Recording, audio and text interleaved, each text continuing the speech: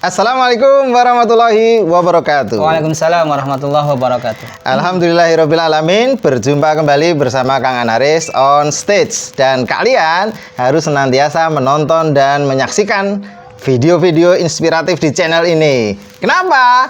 Because channel inspiratif.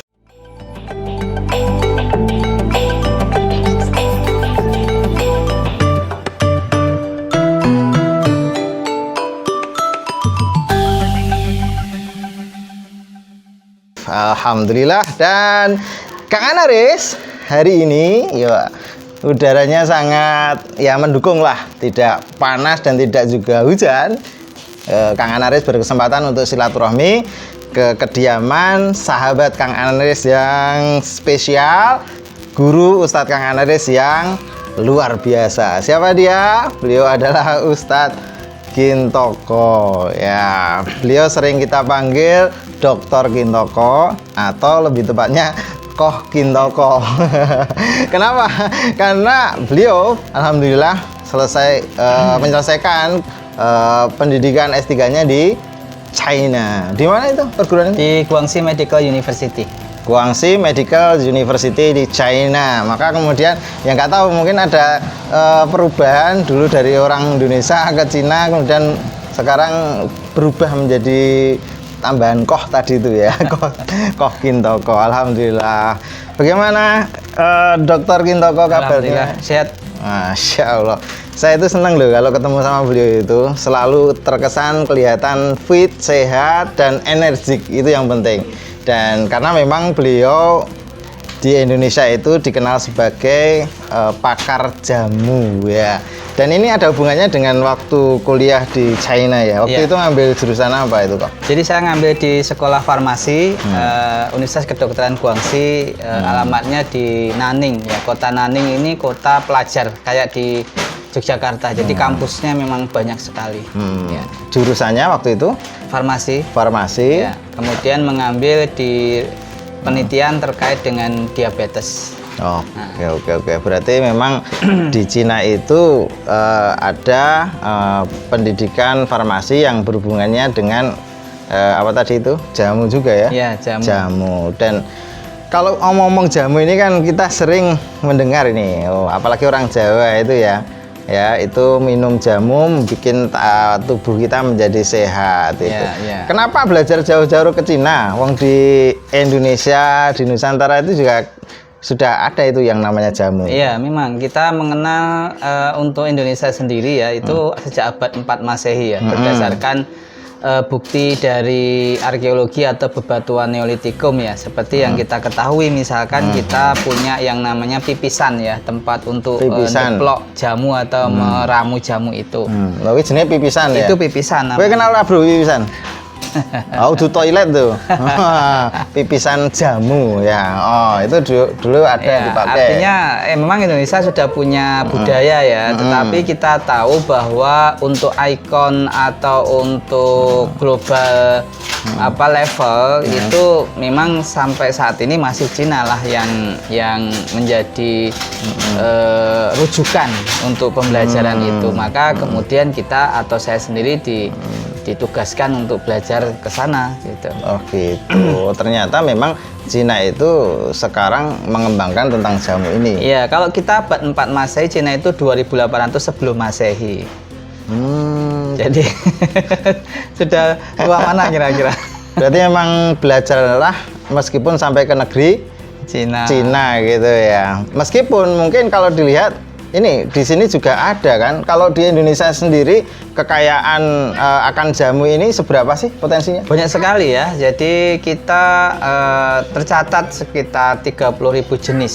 30.000 jenis. Catat 30.000 jenis. Ya, 30.000 jenis tumbuhan yang bisa dikembangkan menjadi jamu, tapi atau baru dimanfaatkan 300-an. Dari 30.000 yang baru bisa dimanfaatkan atau sedang dimanfaatkan sekarang baru sekitar 300.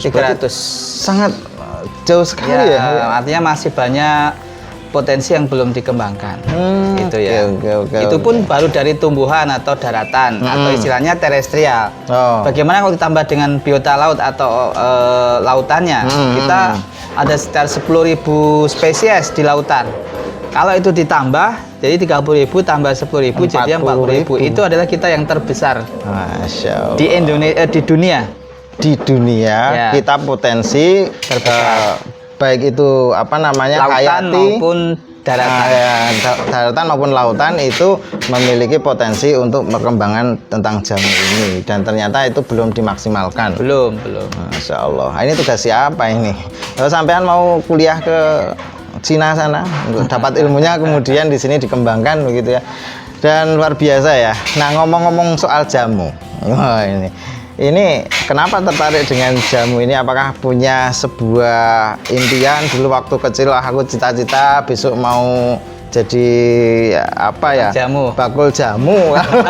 Kenalnya itu bakul jamu. Kalau jadi pakar jamu itu gimana dulu waktu itu? Iya, kalau dilihat dari latar belakang keluarga ya, Iya. kami ini kan keluarga dari pedagang ya, pedagang kecil lah. Iya. Tetapi memang sejak sejak waktu itu kuliah di S1 di Farmasi UGM, Iya. baru kami atau saya sendiri mulai mendalami. Ternyata potensinya besar sekali gitu. Dari situ kemudian tumbuh ketertarikan. Iya. Ditambah kemudian saya diikutkan dalam program eksplorasi jamu berbasis komunitas oleh Kementerian Kesehatan. Jadinya saya semakin berminat untuk mendalaminya gitu. Jadi memang semenjak kuliah ya, Iya, semenjak tertarik kuliah. dengan masalah jamu ini dan belajar tentang jamu. Padahal di Indonesia itu sudah berapa tahun sebelum Masehi ditemukan tentang jamu 4. ini? 4. 4 Masehi. Masehi. Kalau di China 2800 Nah. sebelum Masehi. Nah, 4 Masehi di Nusantara ini sudah dikenal berbagai macam Iya. jamu dan Kalau mau mundur lagi ada 10.000 sebelum Masehi. 10.000 sebelum Masehi. Iya, Di itu mana Mesir. itu? Mesir. Ya. Wis. Mesir, budaya Mesir kuno itu 10.000 sebelum Masehi itu pemakaian tumbuhan itu sudah teridentifikasi, Wis, terutama luar biasa. untuk wangi-wangian kalau masa itu. Oke. Jadi Allah Subhanahu wa taala itu menciptakan semuanya itu sudah ada, tinggal manusia memanfaatkan apa tidak. Ditemukan 10.000 Sebelum Masehi. sebelum Masehi Itu di kebudayaan Mesir. di kebudayaan Mesir. Lalu 2800 sebelum Masehi itu China, Cina, ya. Kemudian 1500 sebelum Masehi itu India. India 1500. Iya, baru Indonesia 4 Baru Masehi. Indonesia 4 Masehi. Ya meskipun ya tahun itu tidak berpengaruh ya. Artinya kemudian kita mungkin merujuknya di Indonesia dengan jumlah potensi hayati tumbuhan maupun juga di daratan di lautan tadi itu sangat besar itu. Dan mereka sudah mulai memanfaatkan. Ya. Kalau sekarang Dr. Kintoko mau belajar tentang jamu harus kuliah, ya kan? S1, S2, S3. Lah kalau orang dulu kok, ya kalau dulu itu wong yo apa ya memanfaatkan ini kan apa orang rasa sinau rasa kuliah. Iya. Gitu. Pembelajaran zaman dulu itu pakai ilmu titen namanya. Oh ilmu titen. Ya, ilmu titen. Ya. Jadi dalam mengetahui manfaat suatu tumbuhan, mereka ya niteni itu. Nah, sebetulnya ilmu titen itu diajarkan juga di kedokteran klasik dengan istilah dogma signatura. Dogma Signatura itu istilahnya juga ilmu titen sebetulnya dalam bahasa Jawanya gitu. Nah, itu misalkan gini, kalau orang kena sakit kuning, maka cari obatnya dari yang warna kuning. Nah, itu ilmu titen itu. Kuwi wis rumusnya ngono kuwi ya. Kayak gitu. Bro, nek kowe lara kuning mangono sik kuning-kuning. Kuning. Hah? Oh, mending loro ireng. Aku aja mangani areng kowe, ya. Oh, itu ya, berarti ada ilmu titennya Iya, ya. itu Dan memang orang-orang masa ilmu lalu zaman dulu itu. seperti itu. Oh. Ya, jadi bahkan tabib-tabib zaman dulu istilahnya apa ya? Kalau zaman dulu itu bukan tabib istilahnya. Apa itu? Apa ya? Dukun. Oh, dukun ya. Nah, dukun. Itu juga pakai ilmu titen. Oh, Nah, iya. jadi mereka mempelajari tumbuh-tumbuhan itu, bahkan niteni misalkan begini, tumbuhan kok bentuknya bulat. Ya. Misalkan, oh ini berarti bisa untuk penyakit-penyakit yang di dalam organ tubuh kita itu bentuk-bentuk bulat seperti kepala kayak gitu. Oh, itu ilmu iya, titen iya. yang begitu. Kepala. Kan bulat. Jadi nanti contohnya misalkan, oh berarti buah manggis itu bisa dipakai. Iya, menurut ilmu titen bisa dipakai karena buah manggis kan bentuknya kan bulat seperti kepala gitu. Oh, Itu zaman dulu orang mempelajarinya. Kalau sekarang teorinya udah banyak sekali berkembang, apalagi kemudian ada konsep TCM yang keseimbangan Yin dan Yang itu menurut China ataupun Rasayana menurut Ayurveda India itu makin melengkapi. oke. Berarti memang manusia itu senantiasa berkembang, kemudian dia bisa mengeksplorasi semua yang memang diberikan oleh Allah. Betul. Kemudian bisa dimanfaatkan. Ibaratnya kalau Allah itu memberikan penyakit, maka pasti ada obatnya. Dan mereka harus berupaya untuk itu. Maka ada rekayasa tentang ilmu tentang jamu ini, dan luar biasa beliau sudah mempelajarinya seperti itu. Nah, oke, berhubungan dengan jamu itu tadi, sekarang kok banyak orang juga ini kok lebih cenderung kemudian suka kepada hal-hal yang sifatnya herbal, ya, sukanya herbal itu. Ini berkembang seperti ini karena memang masyarakat itu sudah mulai ibaratnya tidak percaya dengan obat-obatan yang sifatnya kimiawi, atau memang kemudian back to nature tadi itu, atau memang ada penyakit-penyakit yang tadi itu ya bisa disembuhkan hanya dengan herbal saja gitu, atau gimana itu? Ya, apa yang saya disampaikan ya semuanya ada betulnya. Misalkan pemahaman masyarakat tentang back to nature itu kan memang betul sekarang. Jadi rata-rata masyarakat pengen menggunakan herbal atau balik ke alami gitu, setelah mengetahui misalkan banyak efek samping dari obat-obat kimia.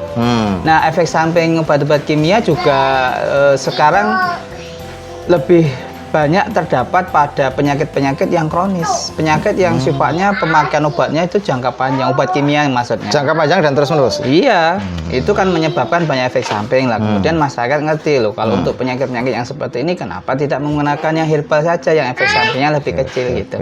Jadi tadi semuanya betul. Jadi dalam konteks back to nature betul, konteks penyakit kronis juga betul, kemudian kesadaran masyarakat mulai kepada memahami herbal untuk kembali kepada herbal itu juga betul. Tapi kalau dibandingkan dengan penyakit, misalnya orang pergi ke dokter daripada kepada orang yang tahu tentang herbal ini, sebenarnya kalau dari sisi ininya kok ini kalau herbal itu lebih ini ya, sebetulnya herbal tingkatannya macam-macam ya. Bisa dibuat yang paling gampang, yang paling sederhana itu adalah mengambil apa yang ada di kanan kiri tempat lingkungan kita. Itu yang disebut dengan konsep toga. Apa itu toga? Tanaman obat keluarga. Oh iya. Apa ini? Iya kan? Jadi, nggak kuliah langsung bisa pakai toga. Iya. Tobat apa tadi? Tanaman obat keluarga. Tanaman obat keluarga. Misalkan ya di depan rumah kita ada pohon mangga. Betul. Kita manfaatkan daunnya. Untuk apa itu? Untuk anti diabetes, menurunkan kadar gula darah. Contoh gitu. Ya kan? Nah, yang seperti ini namanya konsepnya toga. Nah, ada di atasnya itu yang harus memang diracik, diformula, dibuat sediaan. Misalkan katakanlah jadi jamu. Betul. Nah, itu kan nanti harganya berbeda, lebih mahal lah karena dia sudah mulai proses. Benar.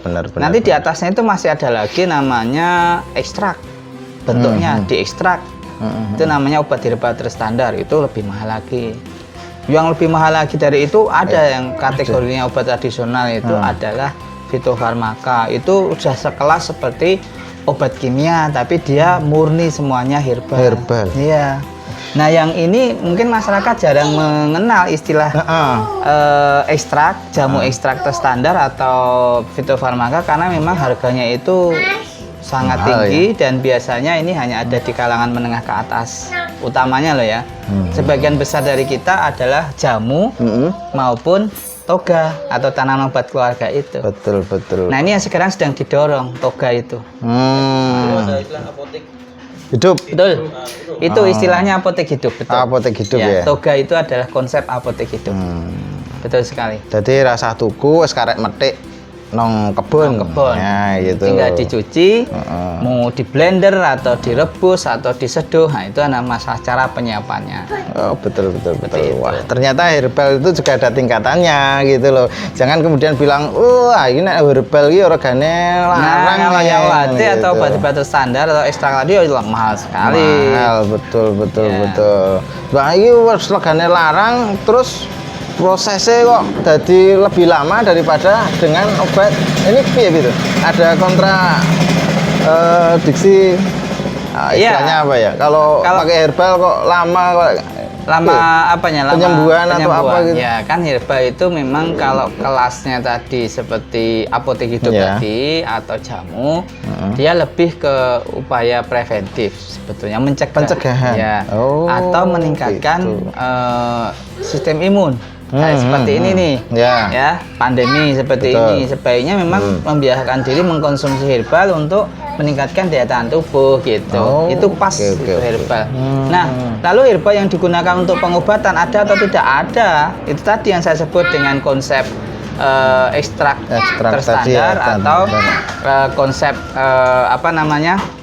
fitofarmaka seperti itu. Dan itu ibaratnya kalau bicara tentang mujarab manjurnya ya memang sudah teruji ya, Ya, sudah ya, teruji. ya. Cuman yo nek gelem larang cepet mari insya Allah ya, itu karena izin Allah Subhanahu Wa Taala. Oke.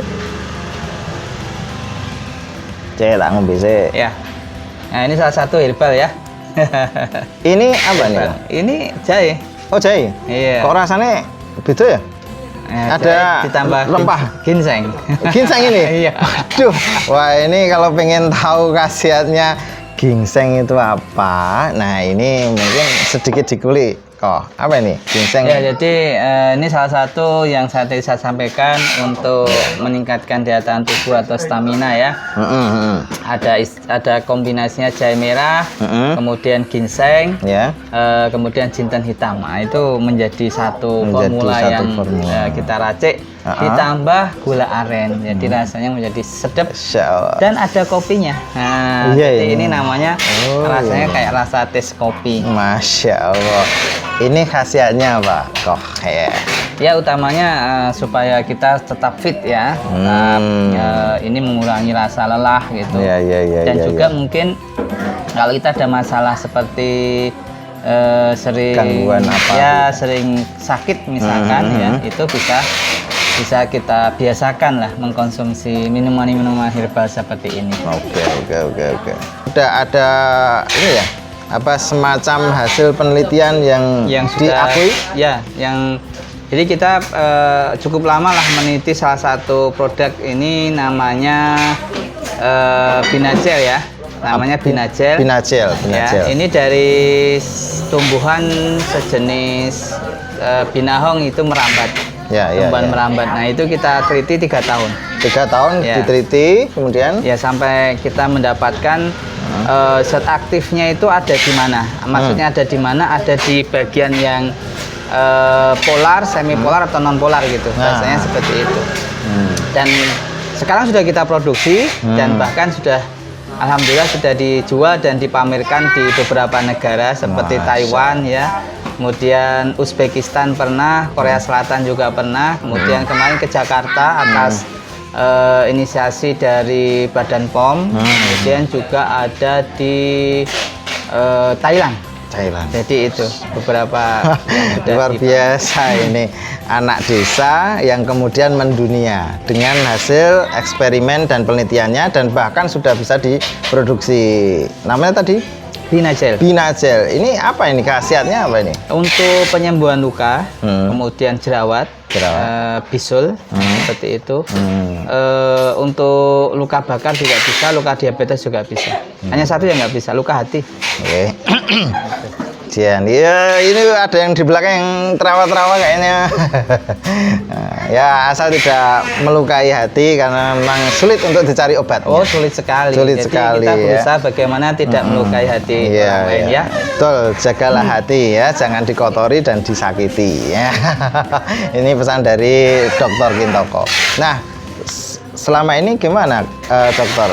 Dari awal sejak kecil, orang tua, keluarga mendukung atau bagaimana? Iya, ya sangat mendukung lah ketika kemudian saya mendirikan sebuah usaha produksi dan pemasaran herbal ini ya kedua orang tua saya sangat ya mendukung dan mungkin terkejut gitu ya kok anaknya yang tidak pernah mungkin dulu kecilnya bergaul dengan masalah jamu tahu-tahu tertarik atau minat dengan dunia jamu gitu. Nah, ini saya sampaikan memang ketika saya kuliah dulu di S1 ya kecenderungan saya kok lebih minat di sana gitu. Teman-teman yang lain mungkin minat yang di rumah sakit, ada yang di industri kimia gitu, tapi saya lebih cenderung menggeluti di bidang obat tradisional atau herbal ini gitu.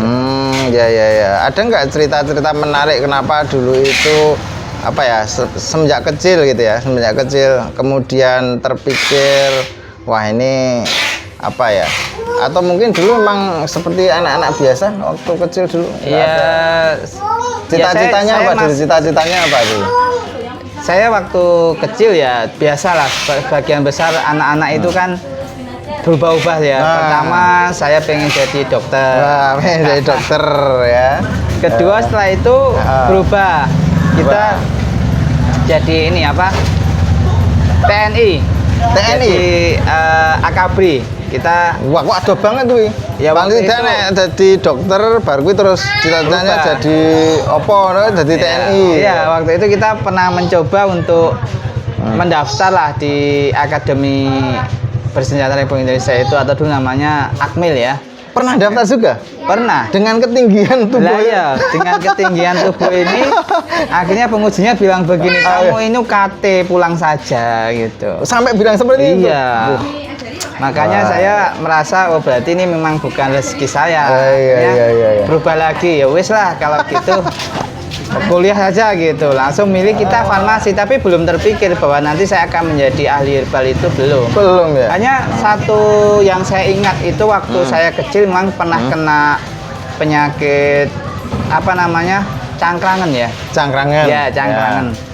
Dan oleh orang tua dulu di cacar air itu ya. Ya cacar air itu semacam itulah. Terus diambil daun cangkring gitu aja, itu yang ingat kuat saya bahwa oh iya herbal dulu dipakai oleh orang tua saya, jadi dideplok itu terus dilumurkan di bagian yang kena cangkrangan itu. Dan satu lagi yang saya ingat itu saya pernah dicekoi gitu pakai jamu cekok itu. Itu aja itu yang benar-benar teringat terekam. Ngerti cekok orang Bang? Itu bayi ya?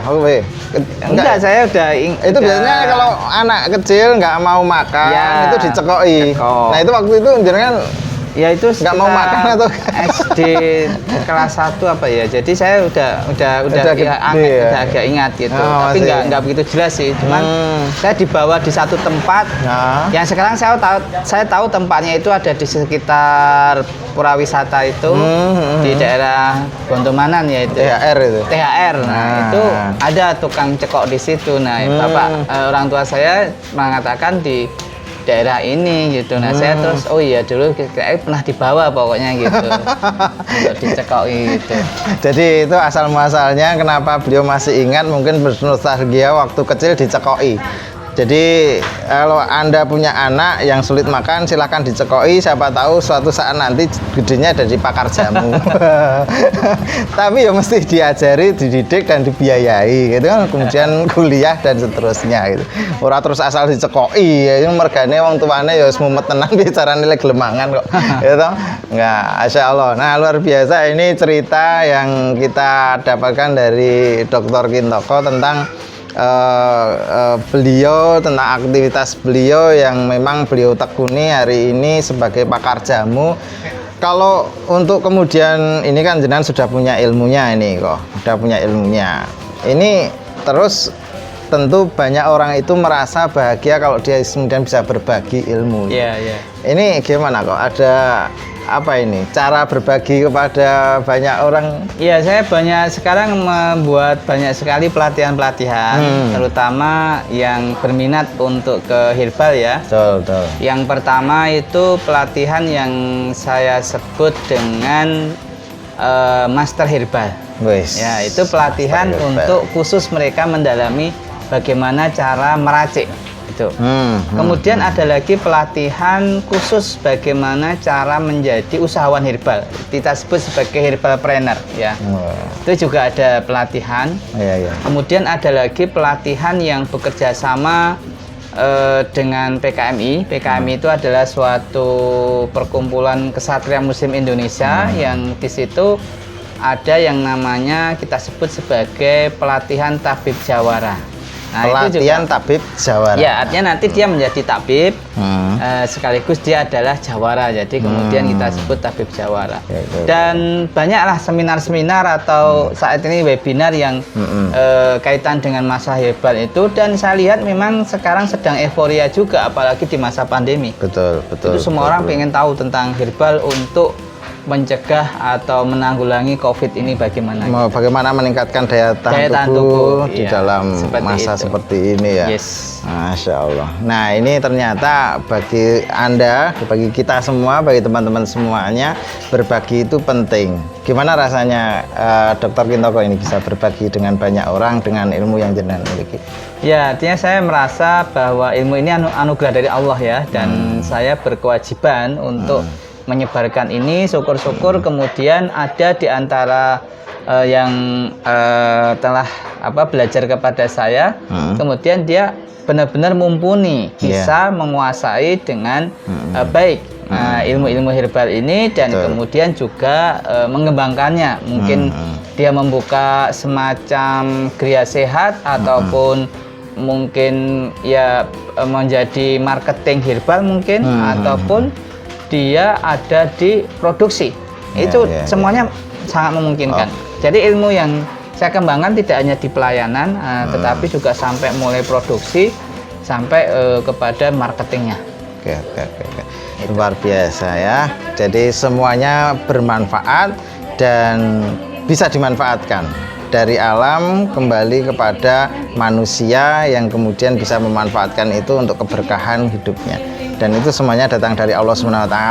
Apapun itu, termasuk ilmu, termasuk kemampuan, skill yang dimiliki, semuanya harus dimanfaatkan agar semuanya menjadikan kebahagiaan untuk semua. Luar biasa dari Allah. Kemudian kita kembalikan kepada Allah untuk beribadah kepada Allah SWT, untuk mencari ridhonya Allah SWT. Insya Allah di situ ada keberkahannya, gitu ya. Luar biasa. Bang, ada yang mau ditanyakan? Kalau obat kimia itu kan spesifik, obat sakit kepala, obat sakit gigi, obat sakit kepala dan spesifik lagi, obat sakit kepala sebelah. Nah, sementara herbal itu obat segala macam penyakit. Berarti apa banyak sekali daftarnya, itu habis itu masih ada DLL. Nah ini nih. Itu apakah memang begitu atau sebenarnya hanya masalah marketing saja? Iya. Oke, ini ada pertanyaan dari Bang Haryo ya. Ya, kalau obat kimia itu kan spesifik ya. Ada obat sakit kepala ya, kepala sebelah kanan, sebelah kiri, muka belakang itu ya. Sampai seperti itu ya. Kemudian sakit perut, sakit pinggang dan seterusnya mungkin ya. Nah, ini kalau di herbal ini kayak mungkin dicampur gitu. Ini ya sebagai daya tahan tubuh, ini sebagai meningkatkan vitalitas atau mungkin untuk mengobati macam-macam gejala apa gitu. Nah, itu gimana itu? Ya karena begini ya, kalau di dalam obat kimia kan hanya ada satu senyawa tunggalnya. Katakanlah kalau untuk sakit kepala parastamol ya hanya mengandung parastamol 500 mg.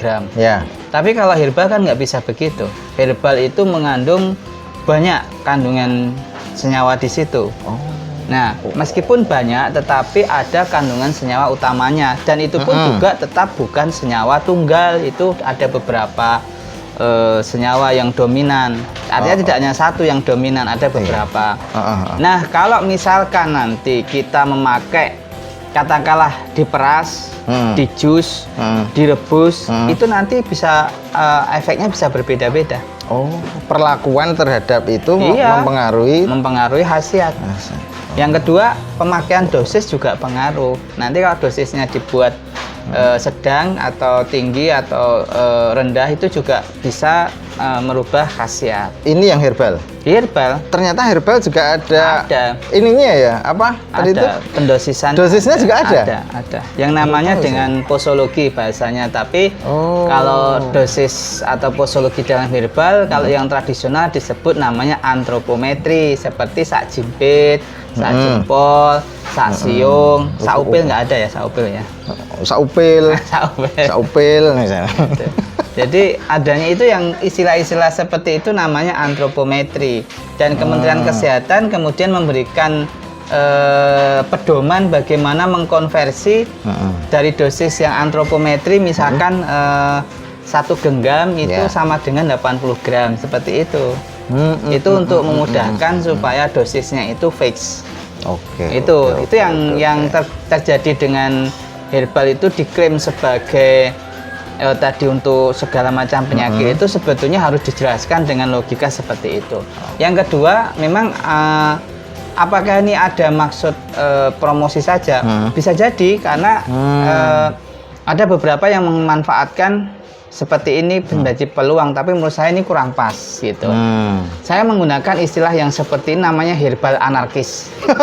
Ya. Bukan anaris lo ya. Bukan anaris ya. Anarkis. Itu apa? Menyajikan herbal secara membabi buta tanpa dasar, tanpa kontrol, dan seterusnya. Itu namanya herbal anarkis. Sekali lagi ya, bukan anaris. Bukan ya. Dan itu memang sah atau gimana itu? Ya sebetulnya nggak sah itu. Karena kan misalnya khasiat dari ini itu bisa untuk ini.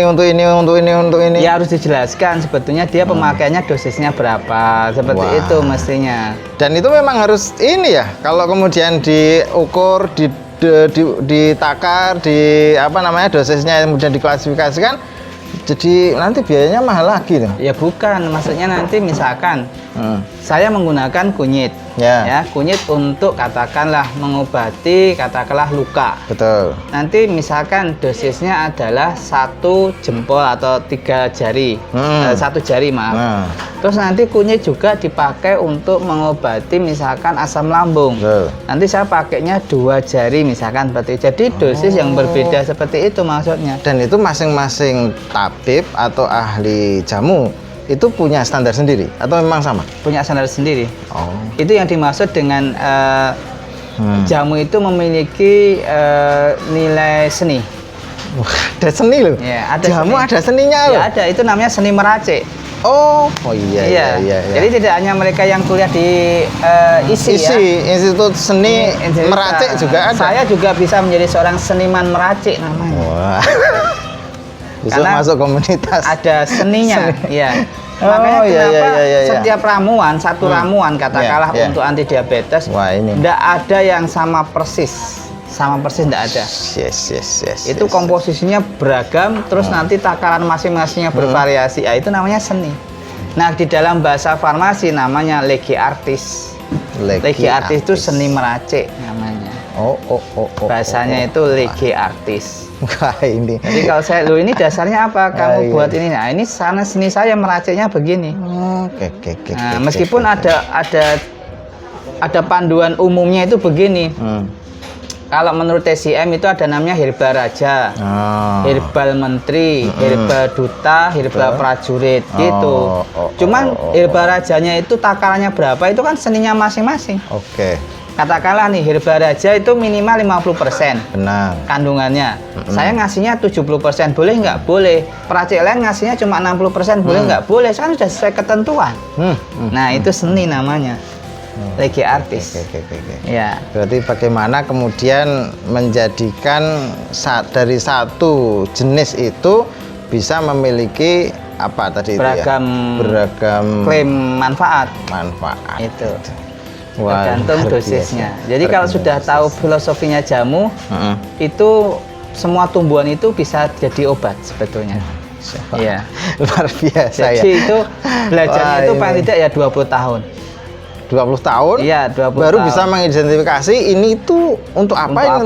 Semuanya. Mulai dari setiap tumbuhan kita lihat. Dan setiap tumbuhan ada itu? Ya iya bisa. Kita lihat. Dan kalau dilihat saya belajarnya ya belum mencapai 20 tahun ya menuju ke sana. Katakanlah sekarang di S1 5 tahun kan? Ya 5 tahun. Kemudian S2-nya 3 tahun. 8 tahun. S2-nya 3 tahun, S3-nya 4 tahun. 4 tahun. Ya. Baru berapa? Separuhnya. Separuh jalan toh? Ya. Iya. Artinya saya masih belum mencapai pada level yang seperti itu sampai kepada menjadi seorang filosofi herbal. Namun kalau boleh saya katakan saya sudah menguasai sekitar 70% logika-logika seperti itu. Jadi tinggal menambah sambil pengalaman ya. Artinya kemudian bisa sampai ya semuanya akhirnya. Gitu. Wah, ternyata ada seni juga di dalam jamu itu ya. Dan ini memang bagaimana orang bisa memanfaatkan itu tentu tidak kemudian sakar PDW. Ada cara untuk kemudian memanfaatkannya, termasuk mempelajarinya. Tadi itu menjadi seorang expert di bidang jamu ya butuh waktu 20 tahun untuk itu, kemudian bisa mengidentifikasi tanaman ini punya khasiat apa dan seterusnya. Wah, luar biasa ya. Wah, Bang Haryo juga tanya yang sesuatu yang di luar ekspektasi saya yo. Ternyata yo karena mungkin dia pengkonsumsi obat kimia. jadi saben-saben loro ngombe iki ora mari-mari yo, padahal yo wis sakit kepala yo kepalane isih gitu kan. Ya sakit kepalanya masih ya, sakitnya kok masih. Kemudian mau minum yang herbal kok nggak ada khusus sakit kepala oleh herbal itu nggak ada. Ada nggak kok? Ya ada, tetap. Oh, ada. Iya. Apa itu? Misalkan kayak tadi yang sampaikan migrain. Nah, migrain. Migrain itu kan logikanya tadi ini ada di sekitar kepala dan dia mengkaitkan rasa nyeri. Berarti ada sistem berkaitan dengan saraf kan? Betul. Ya berarti kita logiknya begini, kalau mau menggunakan pendekatan yang tadi, yang T10 tadi, carilah bahan-bahan yang bentuknya kayak kepala, misalkan, misalkan manggis tadi bisa. Kemudian nanti ada lagi yang untuk nyeri atau kaitan dengan saraf, itu kan yang paling terkenal misalkan daun ceker ayam, misalkan dikombinasi dengan itu. Terus nanti ada kunyit, itu kan juga anti nyeri, anti radang gitu. Nah, paling tidak 3 itu dikombinasi, misalkan manggis, kemudian daun ceker ayam, kemudian satu lagi tadi kunyit. Nah, misalkan seperti itu. Itu cara logika. Nah, saya kan tadi saya sampaikan saya baru bisa melogika seperti itu sekitar 70%. Belum sampai benar-benar 100% gitu. Iya. Lambung bisa ya, belum buat lambung. yang bentuknya kayak lambung. Ya nek lambung ngelih ya iso ae aja ya. Logikanya kalau lambung itu kan salah satunya ya, itu kan karena produksi asam lambungnya berlebih. Jadi dia asam. Asam berarti. Ya, asam itu dinetralkan dengan basa. Dinetralkan dengan basa. Contohnya berarti apa itu? Cari yang rasa yang kandungan bisa menetralkan asam. Iya, yang basa-basa itu kandungannya tinggi. Contohnya misalkan ini pisang kan kandungan kaliumnya tinggi. Kemudian termasuk di sini yang paling saya sering pakai itu pisang batu malahan. Pisang kluthuk ya kalau dalam bahasa Jawa. Gedang kluthuk. Itu untuk menetralkan asam. Bentuknya logikanya sederhana. Asam kan emah karena atau gastritis karena lambung, asam lambung ya dinetralkan dengan yang berbau ke arah basa atau alkali gitu. Nah, tumbuh-tumbuhan menyediakan banyak itu. Betul. Itu. Dari yang sederhana sampai mungkin penyakit yang mungkin tersulit, kronis, sulit. Nah, itu. Herbal itu insya Allah bisa kemudian digunakan untuk mengobati ya. Termasuk mungkin kalau paling ganas tuh kalau di Indonesia itu pembunuh yang paling ganas atau mungkin bukan pembunuh sebenarnya ya, yang mengakibatkan orang meninggal dengan resiko penyakit tertentu itu kanker, adalah jantung, stroke, kanker, gagal ginjal. Itu memang kalau yang jenis seperti itu kalau saya dalam memberikan pelatihan Master Herbal itu nanti kurikulumnya itu ada di akhir, jadi bukan di awal. Karena memang penyakit seperti ini kan punya faktor resiko sebetulnya. Faktor resikonya misalkan hipertensi, ya berarti yang kita perbaiki hipertensinya dulu. Ya. Jadi ramuan mengenal ramuan untuk menurunkan tekanan darah itu ada di level-level bawah. Tapi bahwa kemudian apakah stroke itu bisa di terapi dan sebagainya itu udah masuk level atas. Artinya nanti kita pendekatannya tidak bisa hanya herbal, tapi holistik. Gitu. Holistik itu berarti bisa pakai pemijatan, bisa ya, akupunktur bisa dan seterusnya. Gitu. Seperti itu. Berarti emang kalau holistik itu kan keseluruhan ya? Keseluruhan artinya pendekatannya tidak hanya herbal gitu. Oke. Bisa dengan pijat, bisa dengan akupunktur, bisa dengan akupressor, nanti dikombinasi dengan herbal. Ini pada pasien-pasien yang seperti tadi karakternya. Oke, betul. Dan itu masih tetap bisa dengan herbal. Ya, oke, luar biasa ya. Alhamdulillah. Banyak sekali ilmu yang kita dapatkan. Bertemu dengan pakarnya jamu, Dr. Kintoko. Serasa saya kuliah berapa SKS ini ya, Bang? Ya, tentang jamu, cuman ya tidak ada wisuda dan juga dapat ijazah. Kalau beliau memang sudah pakarnya dan sering mengisi di berbagai macam seminar ya, dan alhamdulillah bisa bermanfaat untuk banyak orang ya, dan berbagi dengan kita semua di sini di channel Kang Anaris On Stage. Luar biasa sekali, terima kasih Sama-sama. Dr. Kintoko. Terima kasih sudah mantengin, sudah menyaksikan dan menonton di channel ini. Luar biasa bersama Kang Anaris On Stage, dan kalian harus senantiasa mengikutinya karena akan muncul inspirasi-inspirasi yang luar biasa dari channel ini. Kenapa? Karena because channel inspiratif. Masya Allah, luar biasa. Terima kasih. Assalamualaikum warahmatullahi wabarakatuh. Waalaikumsalam warahmatullahi wabarakatuh.